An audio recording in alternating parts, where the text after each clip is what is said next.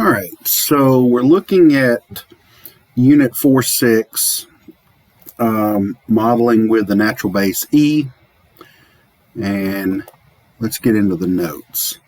So here are the notes. Figured it might help if I had them copied down a little beforehand. That way you guys can pause it and copy it instead of you having to watch me write them out. So with compound interest, you've got the formula P of T equals P of Z sub 0 equals times 1 plus R over N times NT as the exponent. Now, P sub 0 is the initial amount invested. R equals the interest rate expressed as a decimal. Don't use a percent, use the decimal version. And N is the number of times it's compounded per year. So, for instance, if it's compounded monthly, that means N would be 12. If it's compounded quarterly, N would be 4. If it's compounded daily, N would be 365. T is the time, but it's always going to be in years. Now, the reason why it's always going to be in years is because your N and your R are both based off of years. Your N, the number of times you compound it per year, and your R is typically going to be your annual percentage rate, your APR. And that is the percentage rate for the entire year.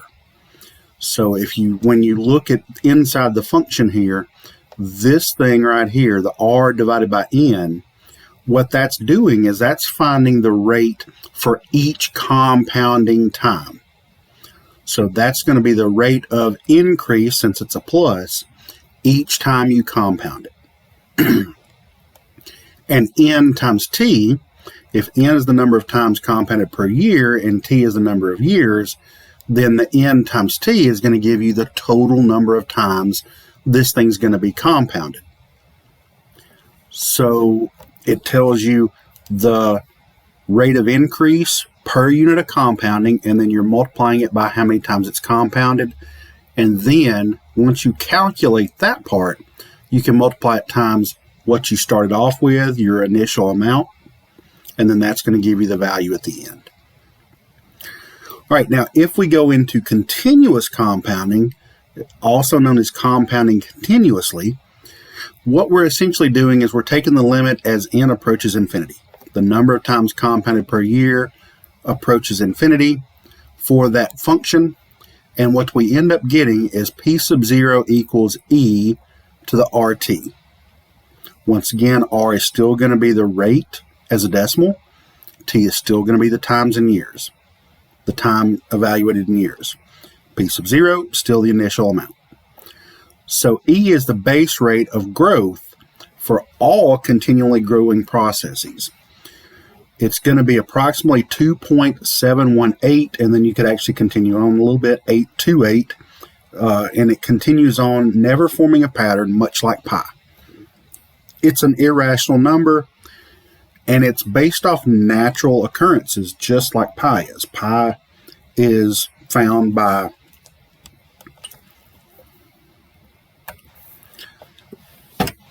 excuse me. Pi is nothing more than the circumference divided by the diameter of a circle. And what happened is they kept getting more and more accurate circles. They were able to calculate pi more and more accurately. They've actually calculated pi to like 10 billion decimal places with really, really, really accurate circles based on the definition of a circle.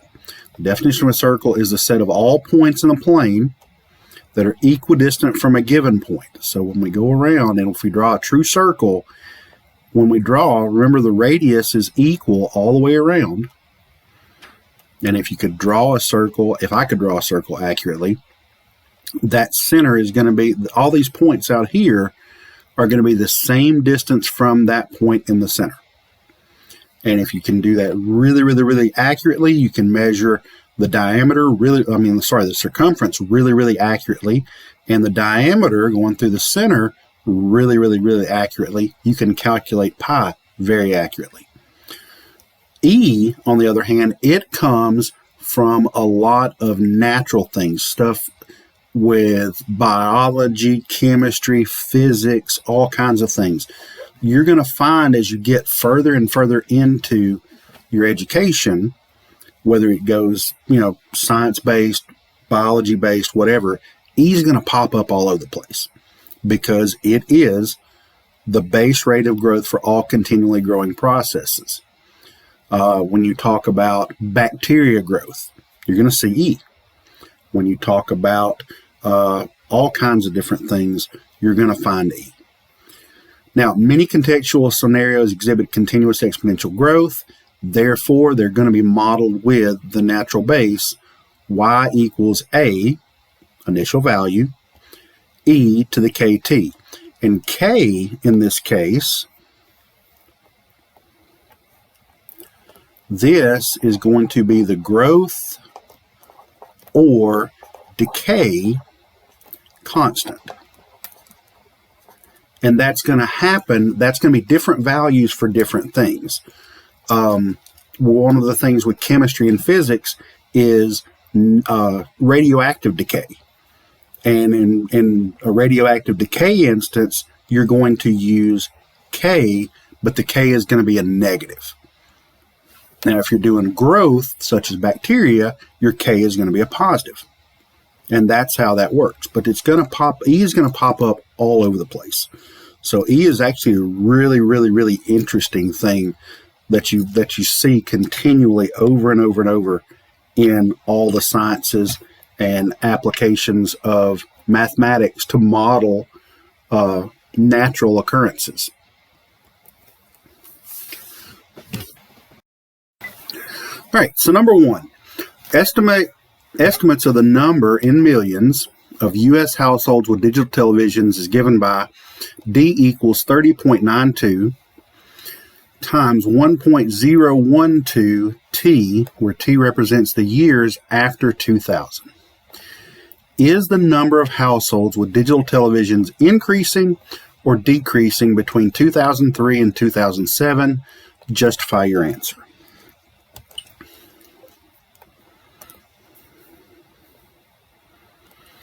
All right, so between 2003 and 2007, it's going to be increasing. Now, why? Well, it's increasing since the multiplier, in other words, 1.012 is greater than 1.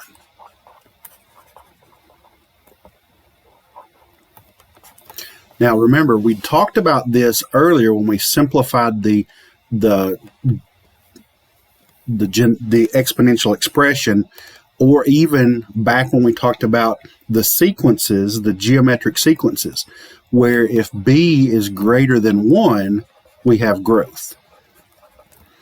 And if B is between 0 and 1, we have decay. Because we're multiplying by something less than 1, which means we're decreasing the value over and over and over again. But if we're multiplying it by something greater than 1, it's actually getting bigger as we multiply over and over and over again. So remember that. Draw all those relationships back to what we've already talked about, and that's why. Now, what does the 30.92 represent? Well, remember our basic exponential, that is going to be the initial value. So 30.92 is the number of televisions. Let me learn how to write. Digital televisions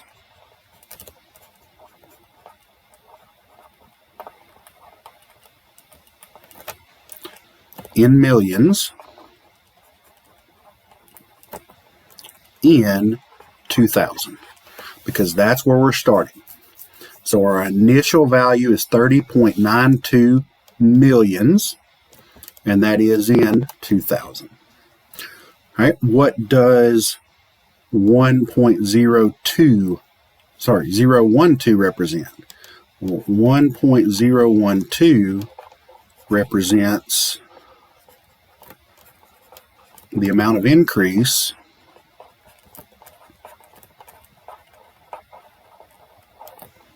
And you could literally write this, if you convert that part, remember the 1 is always going to be there. It's 1 plus the rate. So the rate is going to be 0.012. If you convert that to percentages, 1.2% per year in the number of digital televisions.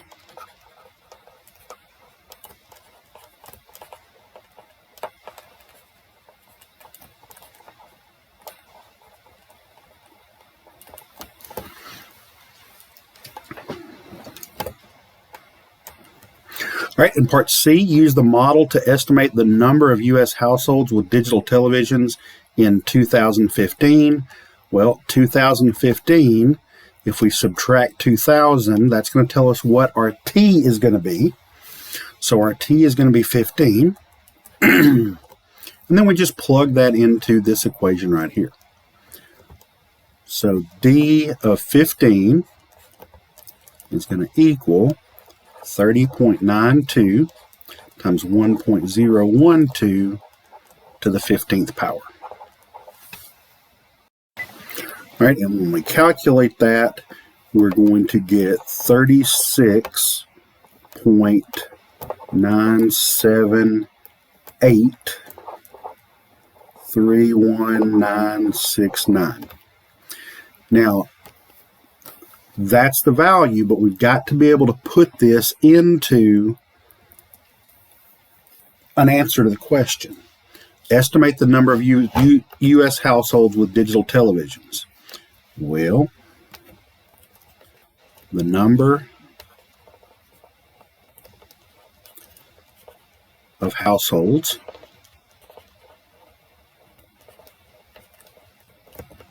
with digital TVs in 2015 is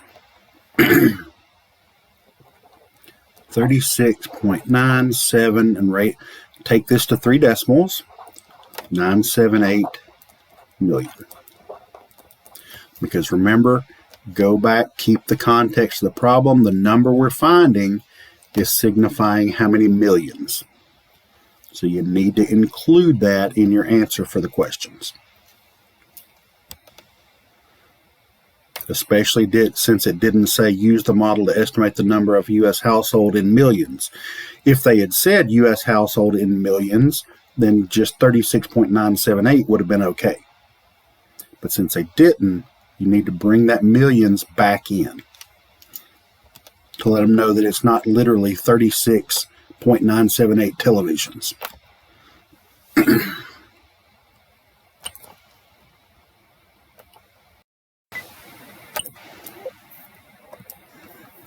All right, on the number 2, on the day of a child's birth, the deposit of $25,000 is made in a trust fund that pays 8.75% interest. Determine the balance in this amount on the child's 25th birthday if interest is compounded weekly, monthly, and continuously. All right, so we're using our equations.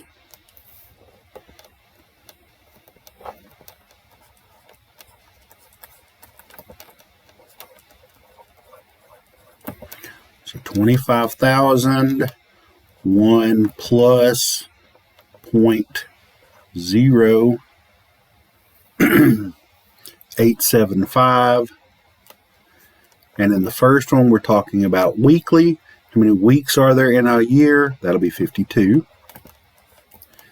And then 52 times 25.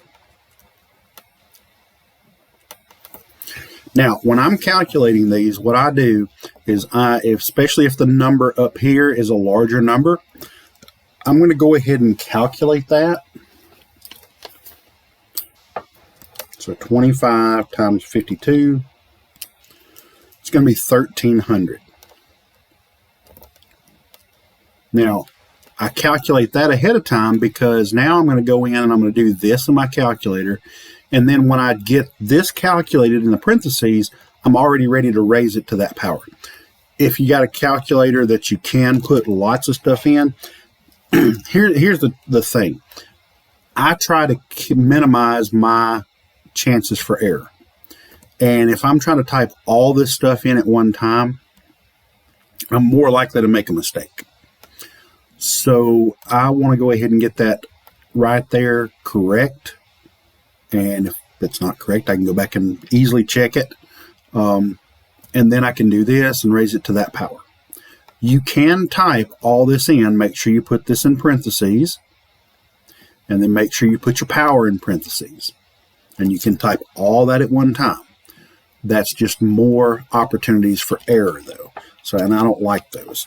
So now I'm going to put 1 plus 0.0875 divided by 52. I don't have to put parentheses on this because it's going to do the division first. And I get 1.00168262. I don't want to round that. I want to leave it exactly like it is with as many decimals as I can have, because if you round that and take it down shorter, when you raise that to the 1300 power, you're gonna multiply that error that you just introduced to it 1300 times. So it's going to increase the amount of error you have in it. So leave all the decimals that you can have. And actually, with most calculators, you're going to have more accuracy than the calculator is actually showing. It's actually keeping some decimals in reserve that it's not showing to you. So then I'm going to raise that number to the 1300 power, and I get 8.896532707. So all this right here is now 8.896532707, plus some extra decimals the calculator's keeping. Once again, do not round it. Now we're going to multiply that times the 25,000.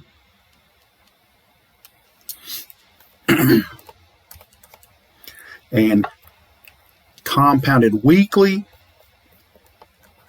there's going to be $222,417, $413, my bad, and 32 cents.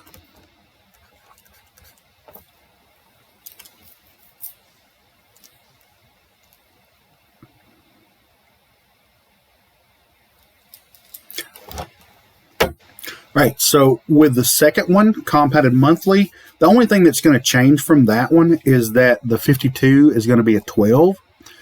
So instead of you having to watch me write all this out, I'm going to pause it, write it out, and then come back and show and talk about it real quick. And then we'll get into talking about the continuously. All right, so here's the one where it calculated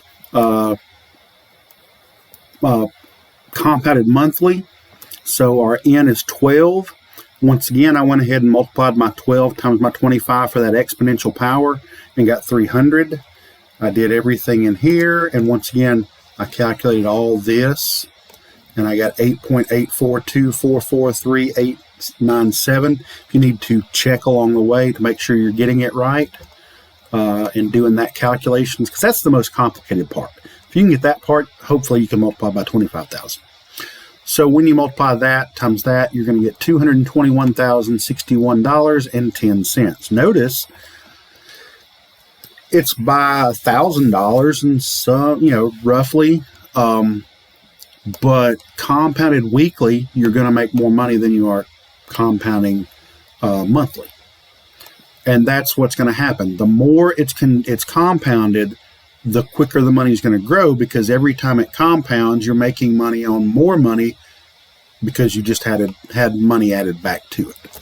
So the more continuously, the more, trying to think of a word and can't think of it. Anyway, the more times it's compounded per year, the better it's going to be for you. If you are increasing money, if you're borrowing money, it's worse for you. It's better for the people that are lending you money.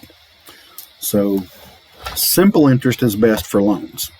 for you, if you're taking the loan. All right, so let's go ahead and do the last one, the compounded continuously.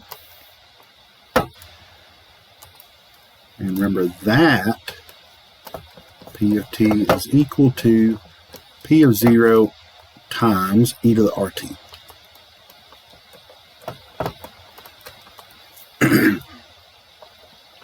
So when we put everything in, we've got 25,000 times e to the 0.0875 times 25. Now, on your calculator, you're going to have the LN button. Remember, we talked about that for the natural log. That's the log base E.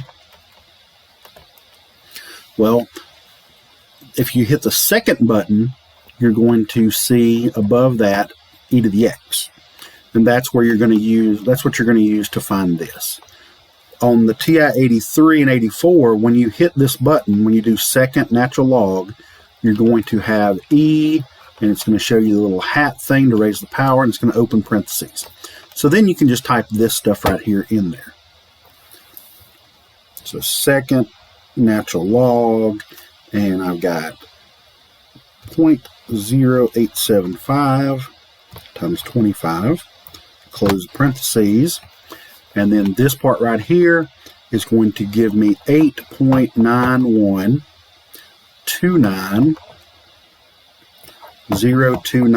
All right, once again, don't round that. Now just take that, multiply it by the 25,000. And for that value, you're going to get 222,822, a lot of twos in this one, 0.57. Now, there are more decimals in all these, but remember the context of the problem. We're talking about money, so you want to round it to 2 decimal places for dollars and cents. So always take into account the context of the problem to see what shape your final answer should be in.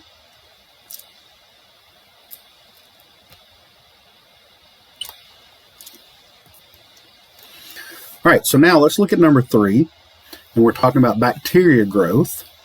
The number of bacteria in a certain population increases according to a continuous exponential growth model. Now, why does bacteria grow at a continuous exponential growth model instead of a compounded growth model? Well, because the bacteria don't get together and procreate once every month or once every week or once every day. They're constantly doing it. That's why it's a continuous exponential growth model. So if there are 1,800 bacteria at t equals 0, we have a rate of 8.1% per hour,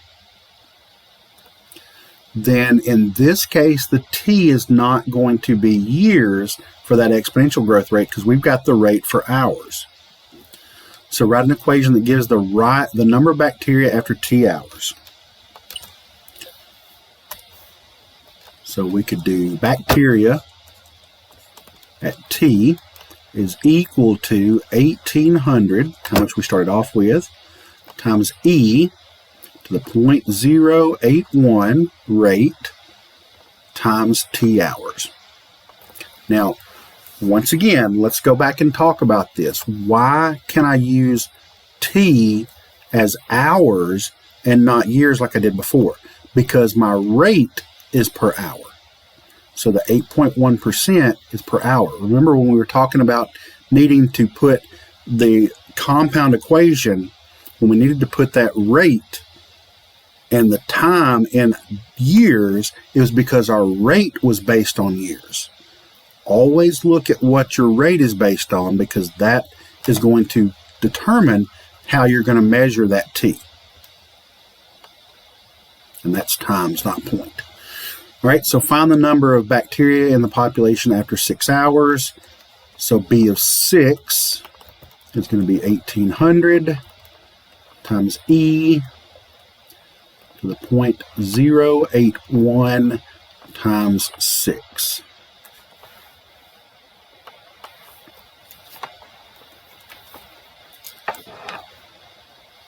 So second natural log, that gets me my e to the parentheses, and 0.081 times 6, close parentheses, equals, and then this part right here is 1.625799996, and then I'm going to multiply that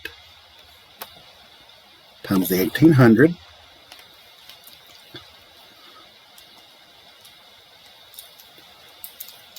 and that's going to give me 2,926.439993. Now, the number of bacteria in 6 hours after 6 hours is not going to be 2,926.439993. You can't have that much of a bacteria. So the number of bacteria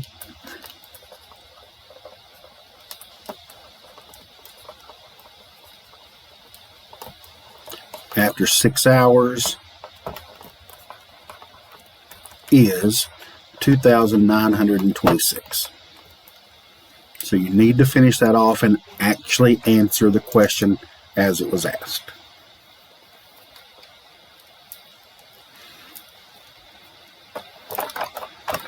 All right. Hope that helped. And we'll be talking about 4.7 next.